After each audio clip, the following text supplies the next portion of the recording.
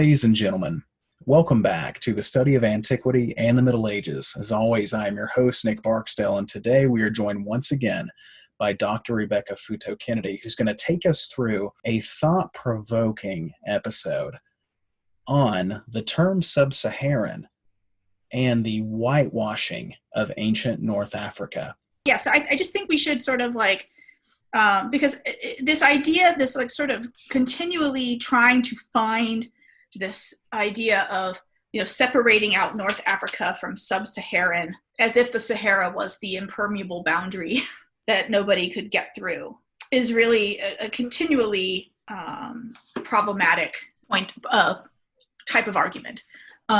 Particularly since we have early texts that tell us that, right, Herodotus tells us that, he says the Ethiopians and the Garamantes are indigenous to North Africa, and that, of course, the Phoenicians and the Greeks are not. But he makes it very clear that people they call Ethiopians are indigenous to North Africa and Northwest Africa in particular, right? But they are not sub-Saharan. So I constantly, what is the obsession that people have with this idea of sub-Saharan, that whenever they ask any question, what they're trying to do is prove that sub-Saharan Africans aren't part of the ancient Mediterranean world, which we know is false. Not only do we know, of course, that people that we would call quote-unquote sub-Saharan Africans ruled Egypt before the Persians got there, among others, but that they have this continual culture that runs up and down the Nile. And we know from our ancient sources that they believed very firmly, and they interacted with what in the area that they called Libya, right? So ancient geography, Herodotus separates, there's a big geographic debate in the 5th century, right? So on the one hand, we have Herodotus, who has his map of the world, and Herodotus seems to be addressing him and trying to correct him at various points in his history. But there's debate of whether there's one continent or two continents, whether everything west of the Nile is its own continent called Libya, or whether it's not.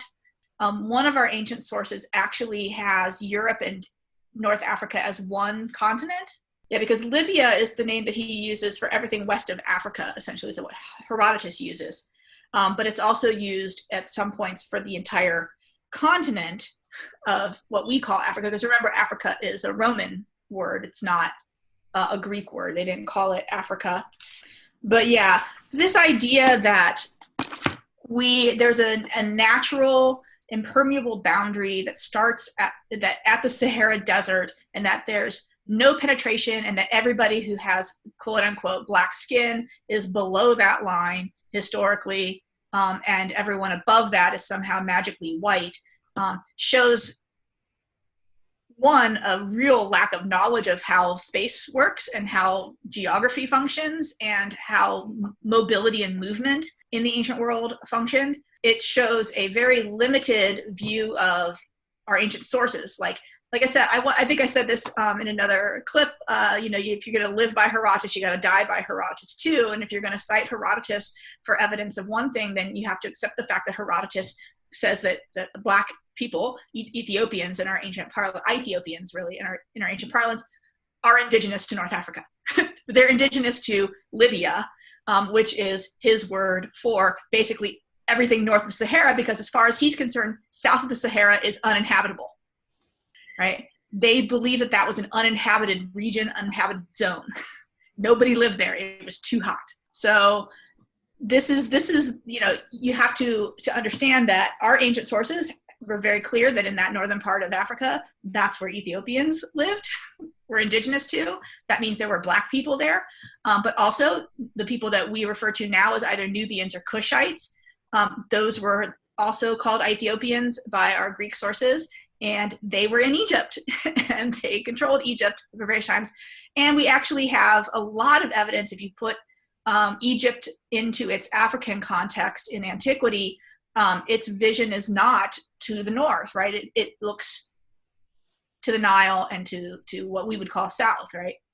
To the upper Nile, the upper Egypt. And in fact, the cult of Isis is actually integrated across the what we would consider the two separate kingdoms of Egypt and Nubia in antiquity, but their worship of Isis is almost identical, and they are integrated and looking to each other as early as the second millennium BCE.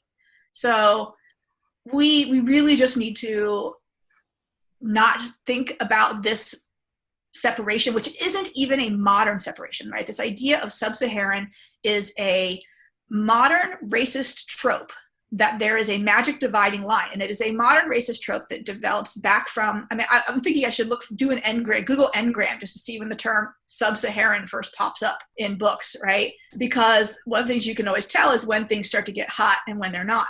But if you look at someone like Cuvier, who was one of the early scientists dealing with race back at sort of the turn of the 18th to 19th century, so 1801, 1802 or so, he's the guy who got Sarah Bartman's body after she died, the Hottentot Venus, and had it stuffed and had her genitals and things preserved for study. He makes clear comments about how taking the heads of mummies, which they were sort of just getting at this time out of Egypt, and her dead body and her face, and putting them together. And so here's this like 6,000 or 4,000 year old mummified head, which clearly is not in its original form, right? With her body, a model made of her, and says, look, it's very clear from looking at these two that regardless of whatever their skin color was, they're clearly different races. Because their heads are different, because he was a craniometry guy. So if you sort of think about when is this obsession with sub-Saharan kicking in, it's kicking in when we're trying to, in a period of time where we're trying to separate off Egyptian, these ancient kingdoms that are being discovered by modern Europeans, and the sort of Black South. And actually, I'm looking at a Google Ngram right here that goes back to 1800 up to 2008. I'm going to smooth it out here a little bit more. And the term doesn't start to appear in books anyway, in English, in the English language, until roughly 1978. So why?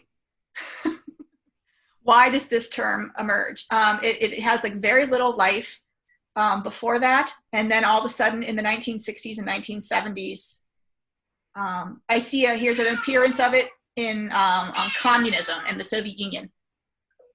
In sub-Saharan Africa is one of the earliest ones that I'm finding and marketing. So that divide seems to be one that has to do with economic policies and what they're viewing as economies in the modern state. It's all about development. So I think when people ask about this stuff, what they're really trying to ask, and they don't want to ask the question, so they use this phrase sub-Saharan, is, are Egyptians white like us?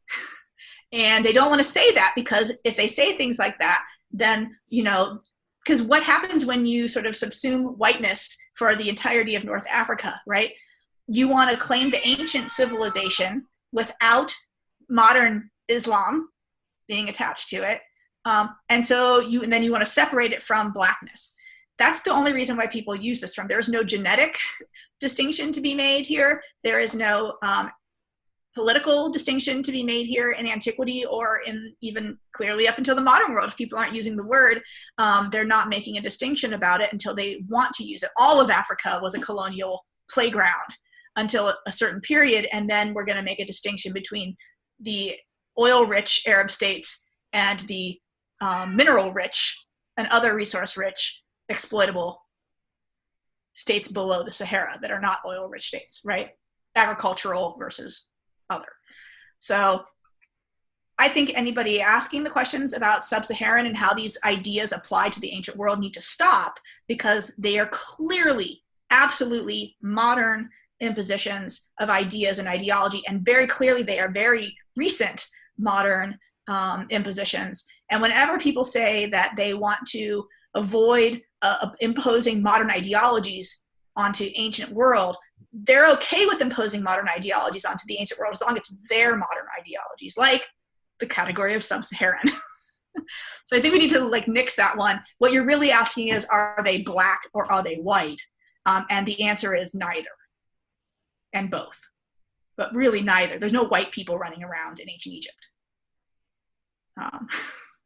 It's just not a category that they used. They did recognize people had blackness, black skins, and they recognized dark skin tones, but the idea of the white is a gender category, or a category used for people who are cold burned in the very far north, or it is a category that is used for people with certain diseases. Or we actually see it in a poem by Catullus referring to Caesar for a political party affiliation.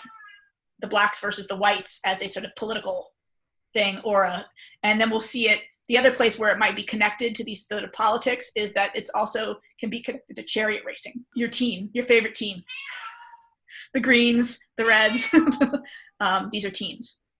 The whitewashing of North Africa also ties in. If you think about this thing, the idea of whitewashing North Africa, some of the loudest voices on the internet in wanting to ensure this dividing line between sub-Saharan Africa and North Africa are people of Arab descent. I'm thinking here specifically of like Nicholas Taleb, right?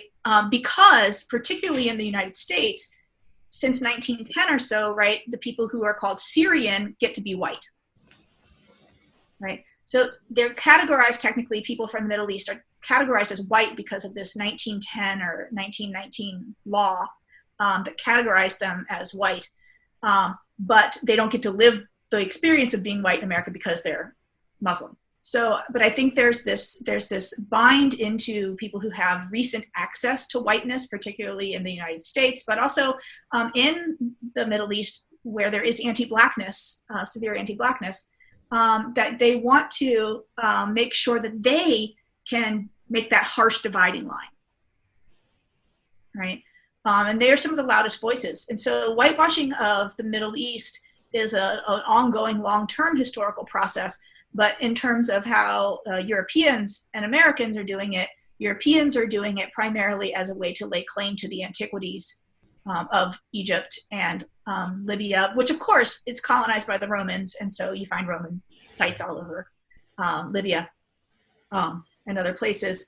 But then in the United States, it has to do with the fact that people who at the time were classified as Syrian, but what we really mean is people of Middle East descent, or people of Arab descent from the Middle East, they got classified legally as white. And so think about what that looks like as someone like me, who is a white person, right, a European descent white person, saying to someone who is like Talib or something that North Africa isn't white, right?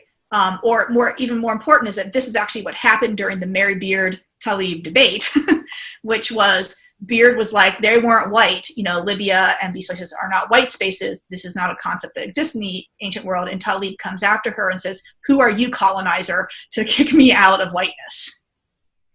Right? But it's all this obsession of wanting to participate in this dominant identity group that it's called whiteness, which has no roots in antiquity and has no roots even really in much modernity outside of, it's really a creature of the US, though it appears in European texts earlier. We're the people who sort of run with it and turn it into this idea. And what we actually mean by white is dominant.